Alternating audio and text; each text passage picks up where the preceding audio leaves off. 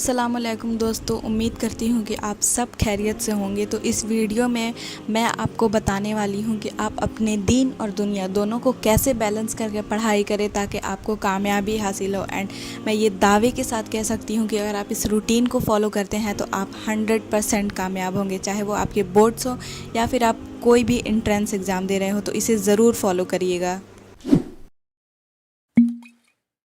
दोस्तों, अगर हम मुस्लिम हैं तो हमारे दिन की शुरुआत तो फजर से होनी चाहिए, लेकिन अगर हमें हर चीज़ चाहिए जो हमारी ख्वाहिश है तो उसके लिए हमें थोड़ी मेहनत करनी होगी। हमें तहज्जुद के टाइम उठना होगा और हमें तहज्जुद की नमाज़ पढ़नी होगी। और अल्लाह पाक कुरान में फ़रमाते हैं सूरह मुज़म्मिल में कि जो भी आप मांगोगे वो तहज्जुद के टाइम दुआ कबूल होती है 100%। और ये ट्राइड एंड टेस्टेड है।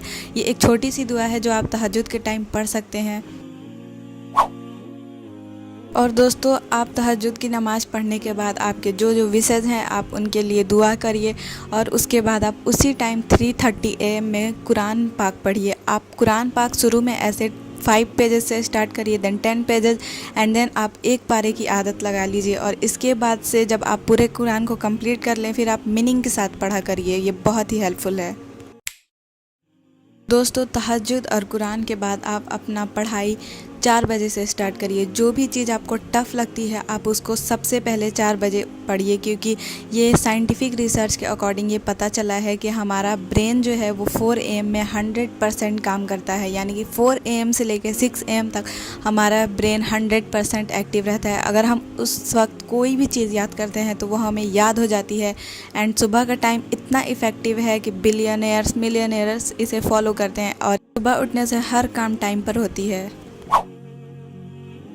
और दोस्तों, 5 AM में आपको फ़जर की नमाज़ पढ़नी है। फ़जर की नमाज़ पढ़ने से आपका चेहरा जो होता है उस पर नूर आती है। और आप फ़जर में ज़िक्र किया करिए, इस्तिग़फ़ार किया करिए। ये दुआ की कुछ लिस्ट हैं जिसे आप फॉलो कर सकते हैं, अपने रूटीन में इसको इंक्लूड कर सकते हैं। दोस्तों, फ़जर की नमाज़ पढ़ने के बाद कुछ ज़िक्र करने के बाद आप अपनी पढ़ाई 5:30 AM से स्टार्ट करिए। और उस वक्त भी आपको जो सब्जेक्ट थोड़ा सा लेंदी लगता हो उसको पढ़िए। और सुबह में आपका ब्रेन जो है वो 100% काम करता है, तो आप जो भी पढ़ोगे आपको याद रहेगी। और अगर आप सुबह में रिवीज़न करते हो कोई भी तो ये आपके लिए बहुत फ़ायदेमंद साबित हो सकती है आपके एग्ज़ाम के लिए। चाहे आपके लाइफ में कोई भी चीज़ हो, आप कुछ भी याद करना चाहते हो वो आपको सुबह में ही करनी चाहिए। और सुबह में पढ़ाई करने के बाद आपको 6:30 के बाद से नैप ले लेनी है, क्योंकि हमें स्कूल जाना है, कॉलेज जाना है। तो इतनी देर तक हमारी आंखें थक जाएंगी, तो हमें थोड़ा नैप लेना है। उसके बाद उठकर हमें नहाना है, हमें ब्रेकफास्ट करना है, उसके बाद से हमें कॉलेज जाना है। दोस्तों, कॉलेज में आपको या फिर स्कूल में जो भी पढ़ाया जाता है उसको 100% फ़ोकस के साथ समझने की कोशिश करिए। अगर कोई चीज़ समझ में नहीं आ रही हो तो अपने टीचर से पूछकर उस डाउट को क्लियर करिए। और डाउट को घर पे लेकर मत आइए। अगर कोई डाउट छूट जाता है इन केस तो उसको आपको यूट्यूब से क्लियर कर लेना है, लेकिन आपको क्लास में 100% देना है। दोस्तों, आप अपने कॉलेज और स्कूल से फ्री होने के बाद घर पे आके तुरंत वज़ू करिए और जोहर की नमाज़ पढ़िए। और जोहर की नमाज़ पढ़ने के बाद से अपने फैमिली के साथ बैठकर लंच करिए। और ब्रेकफास्ट, लंच या डिनर कुछ भी अपने फैमिली के साथ ही करिए, क्योंकि आप इससे अपने फैमिली को टाइम दे पाएंगे। अपनी फैमिली से उस वक्त कुछ बातें कर लीजिए खाने के बाद। और अपने माँ बाप की रिस्पेक्ट करिए। अपने फैमिली में सबसे पोलाइटली बात करिए। कॉलेज या स्कूल से आने के बाद 1 घंटे का नैप लीजिए। दोस्तों, अगर आपका दिन प्रोडक्टिव चल रहा है तो उस प्रोडक्टिविटी को तोड़िए मत। आपको फिर से अपनी पढ़ाई को 4 PM से स्टार्ट कर देना है। और उस वक्त आपको वो पढ़ना है जो आपने अपने यूनिवर्सिटी और स्कूल में पढ़ा होगा। मगरिब की नमाज़ पढ़ने के बाद से आप कुछ फ़न एक्टिविटीज़ कर सकते हैं। अपने दोस्तों से फ़ोन पे बात कर सकते हैं, या फिर आप अपने भाई बहनों के साथ खेल सकते हैं, या अपने फैमिली को टाइम दे सकते हैं, या आप अपना फ़ोन यूज़ कर सकते हैं। आपको 6 से लेकर 7 PM तक जो जी चाहे आप वो करिए। आपका वो मी टाइम होना चाहिए।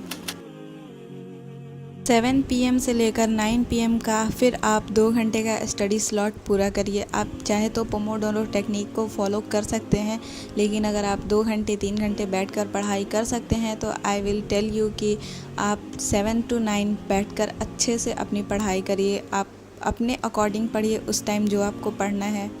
आप पढ़ाई के साथ साथ अपने आप को टेस्ट करते रहिए कि आप कहाँ कहाँ लैग कर रहे हैं और कहाँ आपको वर्क करने की ज़रूरत है।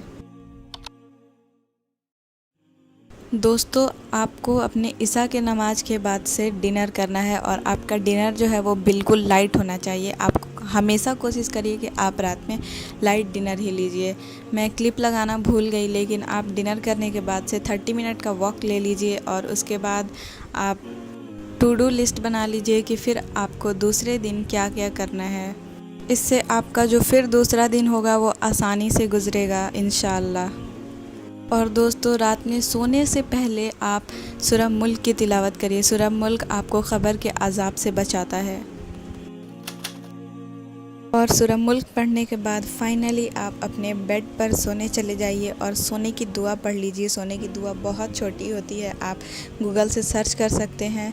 स्टूडेंट्स, इमेजिन करिए कि अगर आप ये टाइम टेबल फॉलो करते हैं तो आपको कितनी कामयाबी हासिल हो सकती है। इस टाइम टेबल को फॉलो करने से आपकी दुनिया भी बेहतर रहेगी और आपकी आखिरत भी बेहतर रहेगी इंशाअल्लाह। तो इसे फॉलो करिए और आपका बहुत शुक्रिया इस वीडियो को देखने के लिए। अगर वीडियो पसंद आई हो तो इसे लाइक कर दीजिए और मेरे चैनल को सब्सक्राइब कर दीजिए और ऐसे इन्फॉर्मेटिव वीडियोज़ के लिए और स्टडी आइडियाज़ के लिए।